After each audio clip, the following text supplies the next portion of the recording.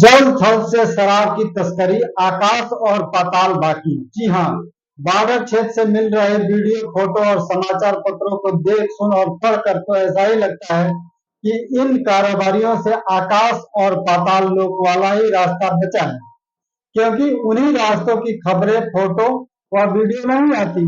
बिहार में 5 अप्रैल 2016 के बाद नीतीश सरकार ने ऐतिहासिक फैसला लेते हुए पूर्ण शराबबंदी की घोषणा की थी, पर कुछ ही समय बाद के समय से लेकर अब तक विशेष लोगों के लिए विशेष फलदायी फैसला साबित हुआ। यह फैसला मान से मालामाल धनकुबेर हो गए। पहले तो थोड़े छोटे तस्करों ने खूब उधम मचाया, पर धीरे धीरे दिन गुना रात चौगुना मुनाफे के आधार पर बड़े पूंजीपतियों के पैर दाखिल होते चले गए, जिनका अब कब्जा थल और जल दोनों पर है, और आकाश पाताल बाकी है।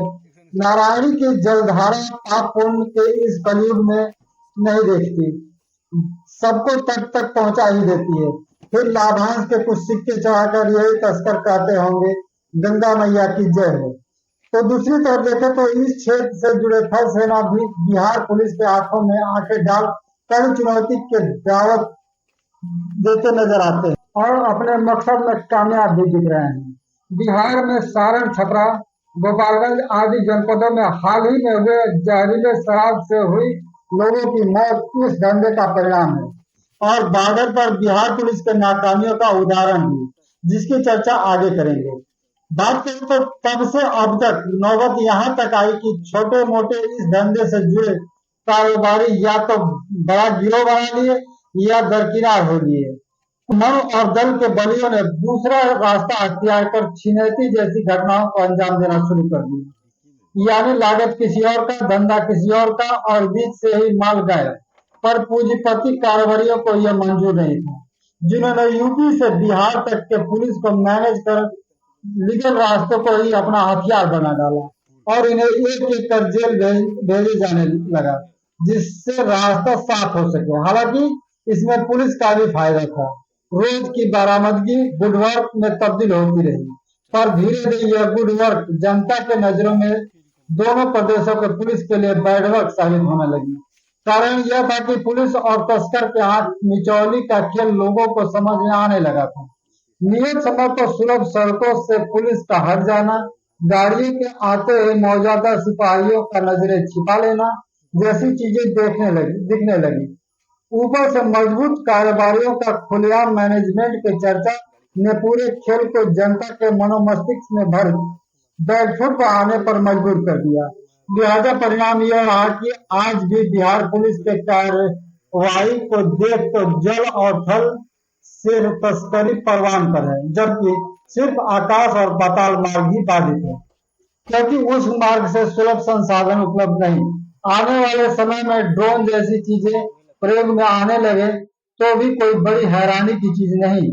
एक तस्वीर यह भी है, जिन गाड़ियों को यूपी पुलिस रोकने के लिए घेराबंदी करती है, गोलियां चलाती है, उसे बिहार पुलिस सिर्फ हाथ हिलाकर ही पकड़ लेती है, और बेहद सहायता से ये कारोबारी यह स्वीकार भी कर लेते हैं शराब की खेप यूपी की है।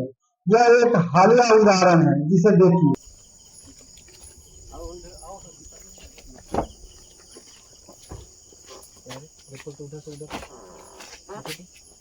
उधर देखिए, उधर भी गाड़ी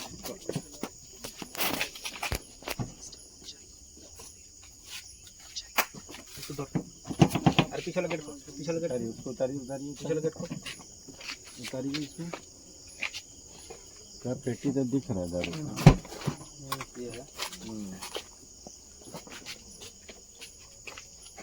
बनती हो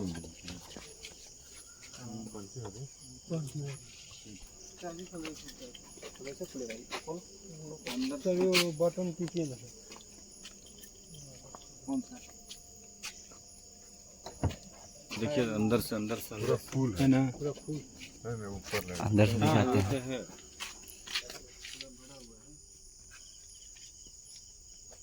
इसका नाम पता पूछिए, चलो ये इसका गाड़ी वकील कुमार गाड़ी पिता का नाम राम यादव। गाँव का है तुम्हारा? गोपालपुर। वहीं से कहाँ से सामान लेकर आ रहा है? यूपी में से। यूपी से कहाँ ले जा रहा था? दही भाता। दही भाता कहाँ पर है? गाड़ी का नंबर ले लो। गाड़ी किसका है ये? गाड़ी वो विकास कुमार का है। विकास कुमार। विकास कुमार और रुदल कुमार है। दू गाड़ी थी।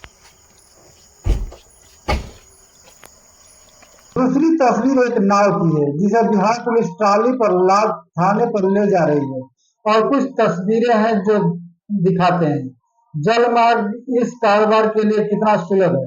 यूपी के सीमांत इलाकों में बंदरगाह का शक्ल अख्तियार कर चुका नारायणी का तटीय क्षेत्र इन कारोबारियों के गिरफ्त में है, जहां सब कुछ सरेआम होता है, किसी को चुप करने की हिम्मत नहीं। और यह तब ही संभव है जब प्रशासन का बरहस कारोबारियों का सर सहलाता हो। मुझे कुछ दिन पूर्व एक व्हाट्सएप लिंक के साथ वीडियो प्राप्त हुआ जिसमें पूरे दिन के उजाले में बोलेरो वाहन से कुछ लोग उतार कर नाव में भरते देखे गए। चूंकि फोटो काफी दूर से छिप कर ली गई थी, इसलिए लोडिंग हो रहे वस्तु के विषय में दावा तो नहीं किया जा सकता, पर वीडियो के चर्चा के अनुसार वह शराब की खेप थी। तमाम प्रयासों के बाद भी वीडियो तो नहीं मिल सका, पर यह पोस्ट मिल गई। तमकुहीगंज के जाने माने पत्रकार अशोक वत्स ने उनके लिखे कुछ अंश जल्दी पढ़कर सुनाता हूँ। अवैध शराब के कारोबार के लिए बंदरगाह के तर्ज पर विकसित हो रहा बिहार सीमा से जुड़ा गंडक नदी का क्षेत्र। यह वीडियो कब का और किस जगह का है इसकी पुष्टि मैं नहीं करता। अक्सर तरह सुजान सेवरही बरवापट्टी थाना क्षेत्र से नदी के रास्ते शराब तस्करी की चर्चा होती रहती है। सबसे अधिक चर्चा तरह सुजान थाना क्षेत्र के अहिरौली गांव की होती है। जो भी वो वीडियो में जिस तरह गाड़ियों से अवैध शराब को लाकर नाव पर लोड किया जा रहा वह यह बताने के लिए काफी है कि इस क्षेत्र से अवैध शराब को लेकर एक बंदरगाह के रूप में विकसित होने लगा है। उन्होंने बताया गंडक नदी के करीब स्थित गांव के ग्रामीण भी अवैध शराब तस्करी को लेकर कई बार सवाल उठा चुके हैं, लेकिन अवैध शराब तस्करों की दबंगई और पुलिस की हनन के आगे आम आदमी विवश हो जाता है। आम आदमी की तरफ से उठाते सवालों को उठाते हुए बताया, आम आदमी यह कह रहा है कि कुशीनगर पुलिस जिस तरह पशु तस्करों का पता लगा उनके खिलाफ लगातार कार्रवाई कर रही है, क्या उसी तरह अवैध शराब तस्करों के खिलाफ भी क्यों नहीं कर रही? आखिर कौन सा कारण है पुलिस शराब तस्करों पर इतनी मेहरबान क्यों दिख रही है कि बेखौफ अपने काम को अंजाम दे रहे हैं? शराब तस्करी को ही लेकर पूर्व में तमकुहीगंज पुलिस सर्किल में कई बार गोलियां चल चुकी हैं। कभी शराब भट्टी पर किसी की हत्या हुई तो कभी भट्टी के कर्मचारी को गोली मारकर उनसे लूट की घटना को अंजाम दिया गया। हालांकि बिहार सरकार के सख्त निर्देश ने पुलिस को जल में भी निगरानी को मजबूर कर दिया है। पुलिस टीमें मोटर बोट के जरिए नजर रखती हैं, जिसके परिणाम स्वरूप कुछ नाव और कुछ शराब के साथ तस्कर पुलिस के हत्थे चढ़ जाया करते हैं, पर अकूत कमाई के इस जरिए ने रिहाई के सारे बंदोबस्त आकाओं के जिम्मे होता है। यूपी में पकड़े गए तो बल्ले ही बल्ले करते हैं तस्कर, मानो उनके दोनों हाथ लड्डू लग गए हैं। हाँ, बिहार में पकड़े गए तो थोड़ी समस्या है, पर जिले से लगाकर हाईकोर्ट पटना तक बहुत कुछ सेटिंग के आधार पर ही समस्या नहीं होती। यही वजह है कि छूटते ही ये अपने पुराने कारोबार में लीन हो जाते हैं। यही वजह है कि बिहार में पूर्ण शराबबंदी के बावजूद संपूर्ण रोक नहीं है। यह वह बरामदगियां बताती हैं जिसे बिहार आए दिन करते रहती है। तस्करी का यह रोजगार ऐसा है कि संदिग्ध लोग हर तरीके को भुनाने में लगे रहते हैं। जैसे इस तस्कर को देखिए, जो सबसे सुलभ माना जाता है। मोटरसाइकिल की सीट के नीचे, टंकी के नीचे, मोटर पार्क के अलग अलग खाली स्थानों पर इसे स्थापित कर एक आगे चल रहे लाइनर के मदद से निर्धारित स्थानों तक पहुंचा दिया जाता है, पर बीच में पुलिस की एकाएक मौजूदगी इनके लिए कभी कभार मुसीबत पैदा कर देती है। जबकि शरीर पर टेप मार तस्करी का ट्रेंड पुराना है।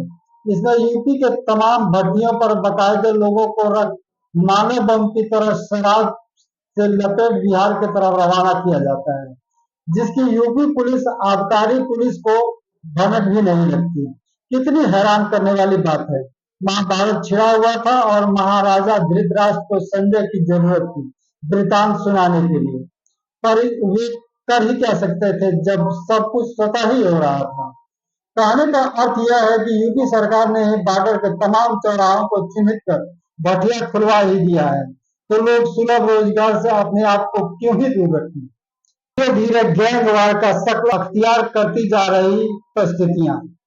बिहार में शराबबंदी के बाद पूंजीपतियों की एंट्री ने वर्चस्व की जंग शुरू कर दी है, जिनके कारोबार में बाधा पड़ने पर खूनी जंग तक पर भी उधारू हो जाते हैं कारोबारी। फिर क्या वह पुलिस हो या आम इंसान, इनका जिसका उदाहरण बॉर्डर क्षेत्र में पिछले दिनों बिहार पुलिस पर हुए हमले हैं। तो वही धंधेबाजों से बिहार पुलिस के संलिप्तता से इनकार भी नहीं किया जा सकता, क्योंकि हाल ही में बॉर्डर से सटे गोपालगंज जनपद के पुलिस अधीक्षक अवधेश दीक्षित ने संलिप्तता को देखते हुए 4 थानाध्यक्षों को सस्पेंड कर दिया। एक ने पकड़े गए गांजा को थाने से ही भेज दिया। 5 साल पूर्व इसी जनपद के कुचायकोट थानाध्यक्ष रितेश कुमार सिंह के थाने से तस्करी का वीडियो वायरल होते ही मुंह छिपाकर भागना पड़ा था। कुल मिलाकर पुलिस ही जब चोर बन जाए तो ऐसे में क्या ही कहा जाए। दही की रखवाली कौन करेगा, प्रश्न तो बनता ही है, पर बिल्ली के गले में घंटी बांधे कौन वाली कहावत भी चरितार्थ होती है, क्योंकि देश में गांधी जी सबको पसंद है, चाहे चरित्र का मेल हो या ना हो। मैं पांडे, नमस्कार।